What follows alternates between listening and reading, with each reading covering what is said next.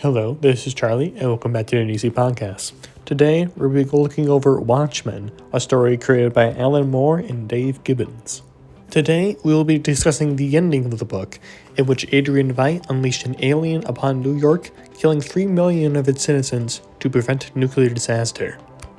The big question today is going to be, does the end ever justify the means? And to do that, we're going to be focusing on Chapter 8, called Old Ghost.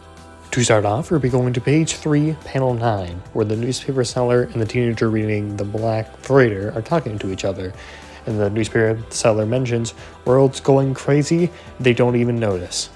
This sort of lack of attention of all the citizens of the world really goes to show why Adrian made the decision to release an alien on New York and killing millions of civilians.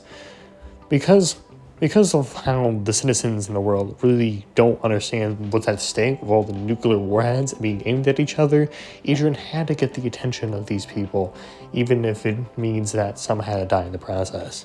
Since Adrian is also considered to be the smartest man in the world in several other chapters, it sort of makes sense that people would have some sort of faith in what's happening, even if he was lying to them for their own protection. We can actually see the monster itself being foreshadowed on page 11, panel 6, where Miss Mance was sketching a portrait of what the alien would look like before she went to Antarctica.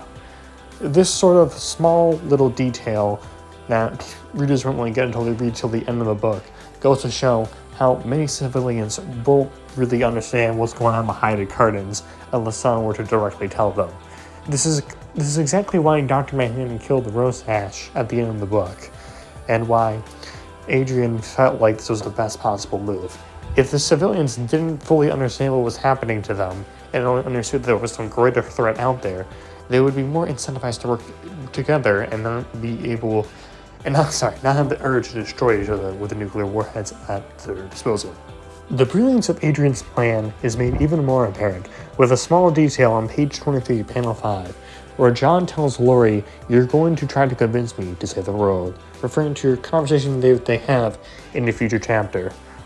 Although just a small line of dialogue, this really goes to show how effective Adrian's plan was if he was able to convince this omnipotent being, who really saw no particular value in human life, but rather the particular value in existence in general.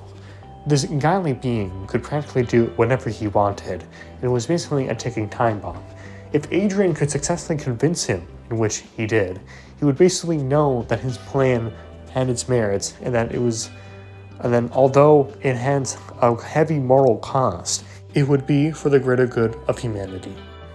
The last page I would like to analyze is page 25, panels 5 through 6, taken from The Black Freighter, where the sea captain mentioned, "I leapt, feet first into horror, feet first into cold, dank mortality." The captain taking this plunge into what he believes to be his death or a brutal life directly reflects how Adrian felt when he needed to make the decision that he did. Although he did not want to kill billions of people in order to save the whole planet, he saw no other choice possible. It is never good to let human lives be sacrificed in order for the greater good, but with how far the nuclear tensions between the countries of the world have gone, there was really no other choice available. You have to live with the consequences of your actions, and sometimes they are very, very grim. This is what the comedian understood, and although he saw life in a very negative fashion, Veidt had a much more positive way of thinking for this course of action. The innocent lives that died in New York during that day definitely did not deserve what they had coming. However, is it really to blame those like Veidt who constructed the plan with no other foreseeable outcome, or was it really the global leaders who threatened nuclear warfare upon each other as the ones to blame? After all, if they only tried to cooperate and work with each other, none of this would have happened. And yet, perhaps with more time, could Veidt or the other Watchmen come up with a much better solution that didn't involve the sacrifice of human lives? I will leave that for all of you to ponder, dear listeners. I'll be back again at the same time next week. Make sure to tune in, and I bid all of thee a fond farewell.